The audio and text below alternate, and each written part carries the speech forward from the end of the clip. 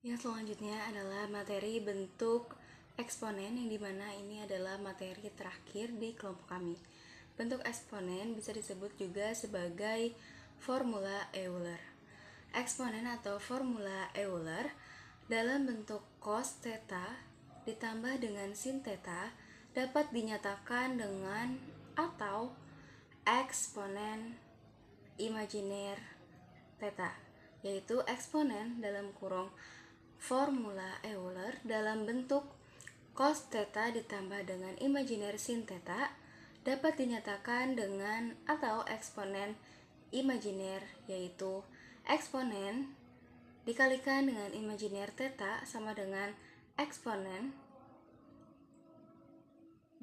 dipangkatkan imajiner theta sama dengan cos theta ditambah dengan imajiner dikali sin theta. Sehingga Z sama dengan R dikali cos theta ditambah dengan imajiner sin theta dapat ditulis dalam bentuk eksponen atau formula Euler.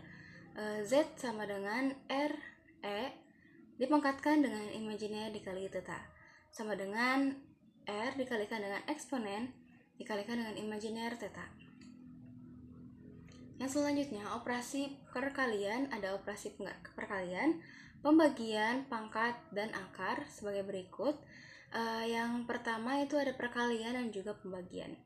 Nah, di sini ada 3 contoh, yaitu Z1, Z2 dikalikan dengan Z2 sama dengan R1 dikalikan dengan R2 dikalikan dengan E pangkat imajiner dalam kurung theta 1 ditambahkan dengan theta 2. Lalu yang kedua yaitu ada Z1 dibagi dengan Z2 sama dengan R1 dibagi dengan R2 dikalikan dengan E pangkat imajiner dalam kurung theta 1 ditambah theta 2 dengan Z2 tidak sama dengan 0. Lalu yang ketiga itu ada 1 per Z sama dengan Z inverse 1 sama dengan 1 per R eksponen pangkat negatif I dikalikan dengan theta. Lalu yang selanjutnya itu ada pangkat. Hasil kali N bilangan kompleks dari ZK sama dengan RK dikalikan dengan E pangkat imajiner theta K sama dengan RK dikalikan dengan cos theta K ditambahkan dengan imajiner sin theta K, dengan K-nya itu sama dengan 1, 2, 3, dan seterusnya sampai dengan N. Didefinisikan sebagai berikut, yaitu Z1 dikalikan dengan Z2 dan seterusnya sampai dengan dari Z1, Z2 sampai dengan Zn sama dengan R1, R2 dan seterusnya sampai dengan Rn dikalikan dengan E pangkat imajiner dikalikan dengan theta 1, theta 2, theta 1 ditambahkan dengan theta 2 ditambahkan dengan seterusnya tambah sampai dengan theta n.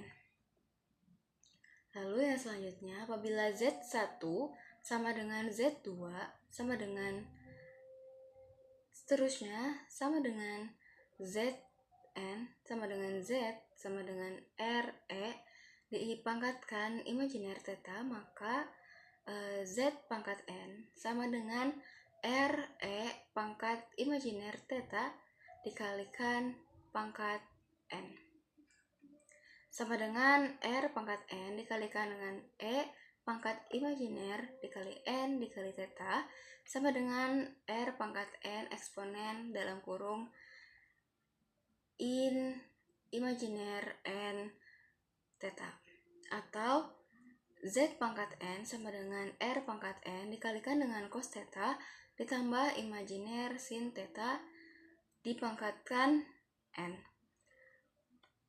sama dengan R pangkat N dalam kurung cos dikalikan dengan N dikalikan dengan theta ditambahkan dengan imajiner sin dikalikan N dan juga theta dikalikan theta. Khusus untuk R sama dengan 1 diperoleh dari cos theta ditambahkan dengan imajiner sin theta dipangkatkan N sama dengan cos dikalikan N dikalikan theta tambah imajiner dikalikan sin dikalikan N dikalikan theta. Itu adalah rumus di Moivre. Lalu yang ketiga itu ada penarikan akar. Penarikan akar ini adalah kebalikan dari operasi perpangkatan, sehingga akar Z pangkat N atau Z1 per pangkat 1 per N selalu memiliki N dengan harga bila Z sama dengan R dalam kurung cos theta ditambah imajiner sin theta dengan Z0 sama dengan R0 dikalikan dengan cos theta ditambah imajiner dikalikan dengan sin theta dan Z0 sama dengan Z pangkat 1 per N atau Z dari 0 sampai dengan N sama dengan Z, maka diperoleh identitas R dari 0 sampai N dikalikan dengan cos dikalikan N theta 0 ditambah imajiner sin dikalikan N dikalikan theta 0 sama dengan R dikalikan cos theta ditambah imajiner sin theta.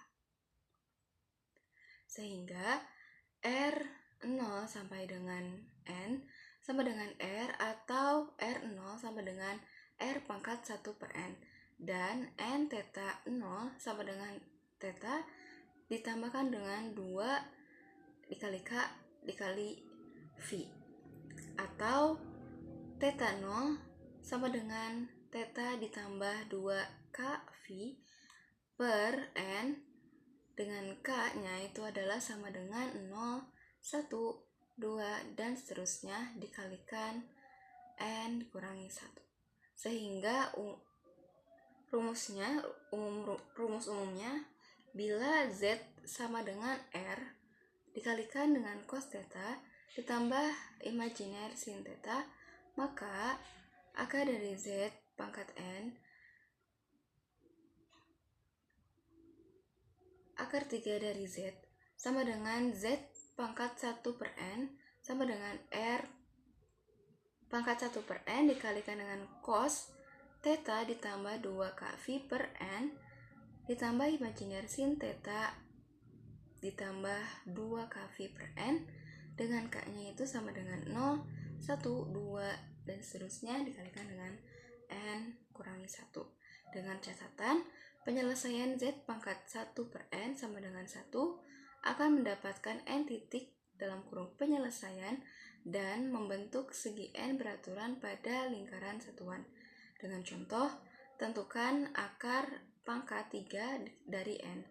Nah, penyelesaiannya dalam hal ini berarti menyelesaikan persamaan Z pangkat 3 sama dengan imajiner sehingga menyatakan Z dan dalam bentuk kutub pada persamaan di atas tadi. Terus Z pangkat 3 sama dengan imajiner, maka akan menghasilkan ZK sama dengan akar 3 dari 1 sama dengan 1 pangkat 1 per 3. Ini merubah Z sama dengan 1 ditambah theta kali imajiner ke bentuk kutub dengan matriks Z sama dengan akar 1 ditambah 0 sama dengan I. Yang tadi itu adalah merubah Z sama dengan 1 ditambah 0 dikalikan imajiner ke bentuk kutub. Dengan matriksnya itu tadi Z sama dengan akar 1 ditambah 0 sama dengan 1. Dengan theta itu arc tan dalam kurung 0 per 1 dimana itu sama dengan 0 ditambah 2kV.